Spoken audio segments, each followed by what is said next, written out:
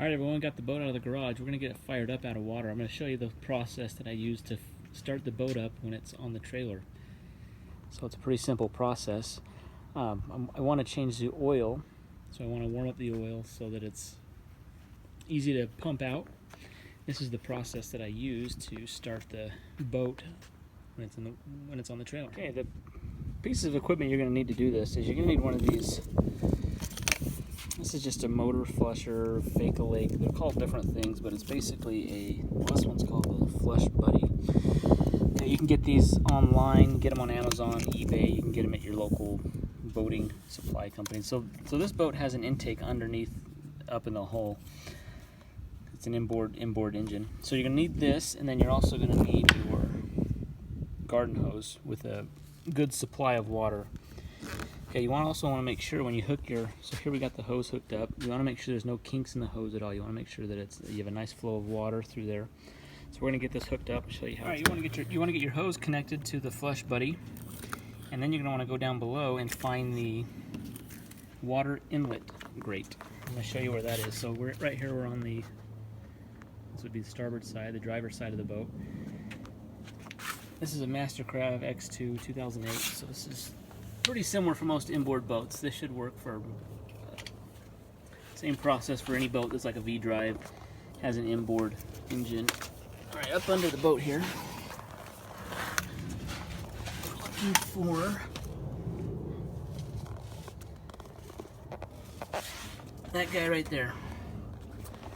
That grate is where the engine is picking up water.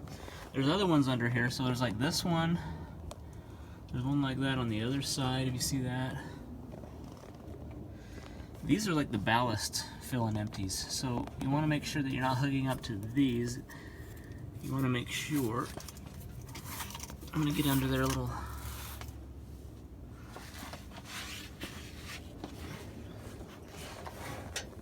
Okay, it's kind of domed shape.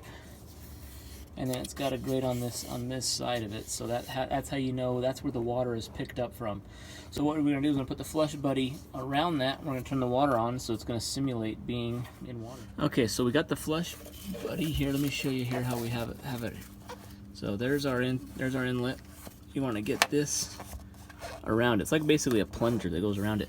So what you want to have this stand here. This has got a rubber foot on it. You want to make sure it's a little bit longer than you need it, and then you want to push it so that it's wedged in really securely. So there, see how that's really tight against there. Okay, so what that's going to make sure is that when I turn the water on, and when the boat's on, the motor's on, and it's vibrating, this doesn't come loose. So you want to make sure that this is very, very secure. Okay, that's really important. Okay, I'm up here in the boat. Before I turn the water on, I want to make sure I have the boat ready to start. So what I'm doing here is I'm going to reach in, turn the battery switch on.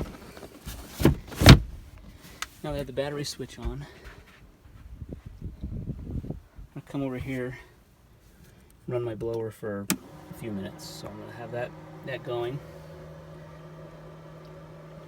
Now I'm going to get back out of the boat, go turn the hose water on.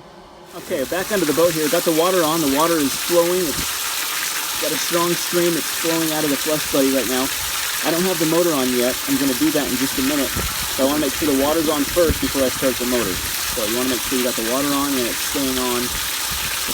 Your motor flush was not moving around. Right, we're at the helm. We're ready to start it up. So I've got my blower on. I know I have my battery on. Water's flowing, so we're turning it on. Let the fuel pump prime for a second.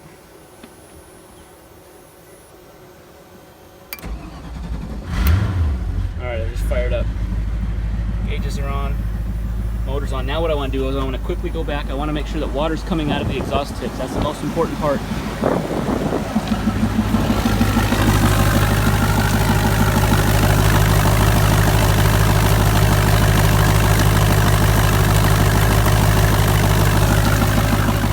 Water coming out of the exhaust tips, that's the most important part. up and check the engine, gauges on the engine. If possible, I like to have someone watching the water supply, making sure make sure the hose doesn't turn off, the hose doesn't kink, water's still coming out of the exhaust tip. That's the most important part. But what I'm looking for here is I'm going to watch the temperature gauge. Now, the motor's still cold. It's only 8 degrees. We're going to wait for it to get up to 160 degrees. But we're checking our oil pressure. One important thing too, most boats are going to have this type of a feature. So if there's a little button here on the throttle, you push that in and then you engage the throttle forward or backwards. That'll allow you to rev the engine without moving the prop. You don't want to rev the engine traditionally so the prop moves. You don't want the prop to spin out of the water. And with this motor flusher, I usually avoid revving the engine at all. You want to just make sure it's on, the motor's on, and just idling. That's enough to get it up to temperature.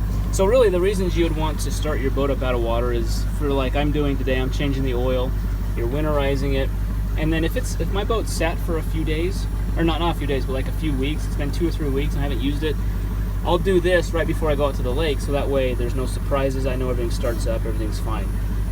So while it's warming up here, I'm gonna check the motor compartment, make sure. This is also a good time to look into the engine compartment, see if in the cooling system if there's any leaks, any hoses. I'm gonna look at the impeller, the cooling hoses, make sure there's no water dripping down, any water leakage at all. That's a good time to kind of isolate those kind of leaks. All right, we're here at the back of the boat. We're looking at the motor, checking for any leaks. Engine's running, sounds good. So I'm looking down here to see if there's any. There's my impeller.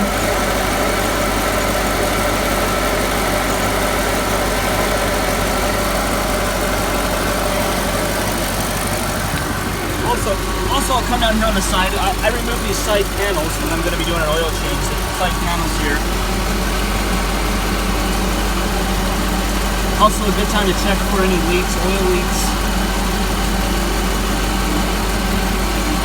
Check the drain plug, the engine drain block to make sure it's not leaking water. So okay, I'm back outside the boat. I'm just monitoring the exhaust. Just making sure the water's coming out of the exhaust. That means water is flowing through the cooling system.